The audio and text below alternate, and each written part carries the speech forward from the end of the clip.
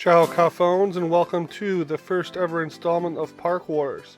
Well, I will go in depth to compare two parks that I like in order to see which one is better and why. Today we have a pretty interesting battle between Six Flags Great Adventure and Kings Island. I have visited both parks. I go to Kings Island every year, and I was at Great Adventure in April of 2018. Okay, let's look at the scoring system. The way I'm going to do this is by matching up the best coasters in each park. So for example, as you can see on your screen, a matchup between the two best coasters in each park is worth 11 points. The second best coasters is going to be worth 10 points. The third best coasters is going to be worth 9 points, all the way down to the two worst coasters in the park. That battle will be worth 1 point. Then we will also get into some other categories like other rides. What I mean by that are flat rides, water rides, transportation rides, stuff like that. And then we will get into food, convenience, operations, and park appearance. That would all be worth 2 points. And the other rides category is worth 4 points. Then obviously at the end, you add up all the points and the park with the most points wins. Oh, and one more thing, I'm not comparing things that I don't do when I go to amusement parks. So for example, I'm not going to be comparing kiddie rides and junior coasters because I don't ride them.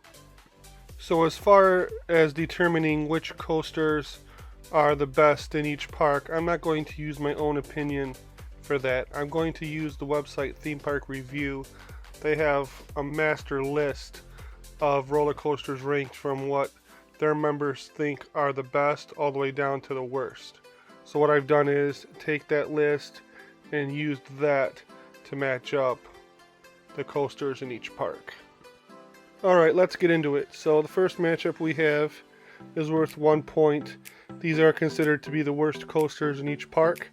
We have Vortex for Kings Island going up against Runaway Mine Train from Great Adventure. And this is an easy one. It's going to Vortex. Runaway Mine Train is just a mine train. Vortex is, in my opinion, one of the better aero loopers. So 1-0 Kings Island starts out with the lead. The next matchup is worth 2 points. It is the Dark Knight for Great Adventure going up against Invertigo for Kings Island, and this is another easy one. It's going to the Dark Knight in Great Adventure. They're getting the 2 points. Invertigo is a very uncomfortable ride for me, and the Dark Knight is actually a really fun indoor wild mouse. So it's 2-1, Great Adventure takes the lead. The next matchup is worth 3 points. It's Skull Mountain from Great Adventure going up against Adventure Express from Kings Island, and this is another easy one. Adventure Express, another mine train, and Skull Mountain is actually a really good family coaster. So the score is now 5-1, Great Adventure pulling ahead. Alright, the next matchup is worth 4 points. We have the Joker from Great Adventure going up against the Backlot Stunt Coaster from Kings Island. And even though Backlot is a really good family coaster, these 4D free spinning coasters are really fun. So Great Adventure is going to pick up the 4 points, and they have a commanding 9-1 lead over Kings Island. Next we have a battle worth 5 points. It's the B&M Stand-Up Green Lantern from Great Adventure going up against the classic wooden roller coaster, the Racer from Kings Island. And Kings Island's going to catch up because stand-up coasters might be the worst roller coaster model ever invented, especially for guys. I don't think I need to explain why. 9-6, Great Adventure still leads. Alright, the next matchup is worth 6 points. It is the Bat from Kings Island going up against Superman Ultimate Flight, the flying coaster from Great Adventure. And flying coasters just aren't my thing. I'm very uncomfortable on them. So this is an easy one. It's going to the Bat, which is actually a pretty good arrow. And Kings Island jumps ahead 12-9. But that lead isn't going to last because Bizarro is going to defeat Flight of Fear. Bizarro is my favorite floorless coaster. And even though Flight of Fear is a good indoor spaghetti bowl launched coaster, Bizarro, the B&M floorless, is just the more superior ride. So Great Adventure goes ahead 12-16. The next matchup is worth 8 points. It is between Batman the Ride, the cloned B&M Invert, going up against the classic wooden roller coaster, the Beast. And the Beast is going to take this one for being a one-of-a-kind ride, a classic. Batman is at every Six Flags park, so that's why the Beast is taking it, and Kings Island goes ahead 20-16. Alright, we're in the top 3 coasters now, and for Great Adventure we have Kingda Ka going up against Banshee from Kings Island. And this might be a little controversial, seeing as how Kingda Ka is the tallest roller coaster on Earth. But I'm giving the 9 points to Banshee because Kingda Ka has those hard over-the-shoulder restraints. And as someone that's 6'3" and pretty tall, it's really an uncomfortable, well, kind of uncomfortable experience for me. So Banshee's going to get the points, and Kings Island has taken a pretty decent lead, 29-16. But don't count Great Adventure out just yet, because Nitro is going to defeat Mystic Timbers. Nitro is a B&M Hyper, and I think it's one of the best ones I've ridden. Mystic Timbers has never been a special coaster to me.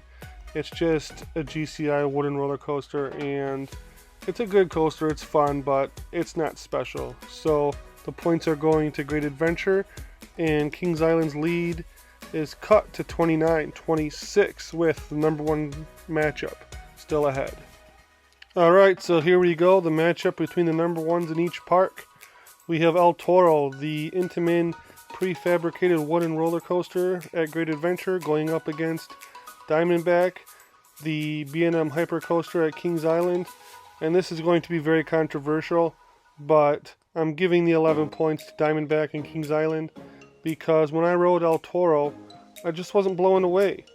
It was a fun ride. It was very good for a wooden roller coaster, but it wasn't glossy smooth like a B&M Hyper, and really the second half of the ride is just a bunch of twists and turns, and it wasn't really all that intense. So the points are going to Diamondback. And just a disclaimer, I rolled El Toro in April of 2018, and I've since been told that it runs kind of slow in April, so I'd love to get back there and try it out maybe later in the operating season to see if it does live up to the hype. But as of right now, that's where I have it, and Diamondback is getting the points. So Kings Island leads 40-26. Okay, but don't count Great Adventure out just yet, because we're moving on to the other rides category, and Great Adventure really dominates Kings Island in this category. They have a Ferris wheel, they have a Cyber Spin, they have a 242-foot Sky Screamer, the new Wonder Woman pendulum ride, the Zumanjaro Drop of Doom, which is the best drop tower I've ever been on. They have a Rapids ride, a good log flume, and a Skyway ride. Whereas Kings Island has, a canyon ride, a Windseeker, Delirium, which was pretty good, the second best drop tower at 315 feet, a Congo Falls, and a railroad. But Great Adventure's overall collection is a lot better, so they will be getting the 4 points for this category. The rest of the categories here are worth 2 points each. We're now going to go to operations, and Kings Island is going to get the operations because they're constantly running their coasters at full capacity, and the dispatches are always really fast. Great Adventures I don't think are bad, but they're just not on the level of Kings Island. Convenience is the next category, and what I'm talking about here is, how easy is it to get around the park? How far do you have to walk from the parking lot to the entrance of the park? What's around the park in terms of hotels to stay at, in terms of restaurants to eat at? Basically, how convenient is the park's location. And with Kings Island being located in suburban Cincinnati versus Great Adventure being located in the middle of nowhere, basically in Jackson, New Jersey, the 2 points are going to go to Kings Island. Alright, we're going to move on to park appearance, and again, Kings Island's going to get the 2 points because it's a beautiful park, nice landscaping around. Great Adventure, it isn't a bad looking park, but it does have some eyesore parts, like for example the Nitro Q line. I don't know if they plundered Chernobyl to get the materials to build that Q line, but it really looks nasty. So Kings Island's going to get 2 points for park appearance. And the final category for this matchup is food. And again, Kings Island's going to get the 2 points because they have a couple good spots to eat at. One is the Diner by Vortex, gives you a pretty good burger and fries. The Coney Barbecue is good. and La Rosa's pizza is pretty good. When I was at Great Adventure, I did not enjoy the food one bit. My pizza was cold, my hamburger was cold and tasteless, and honestly not even really cooked. And so Kings Island's going to get the 2 points, not even close. So this park war is over, and winning by a score of 48-30 is the one, the only Kings Island, located in Mason, Ohio. If you disagree, go ahead and explain why down in the comments. I'm sure for most of you it will be because of El Toro, but in any case, that's my opinion. Catch you guys later. Ciao.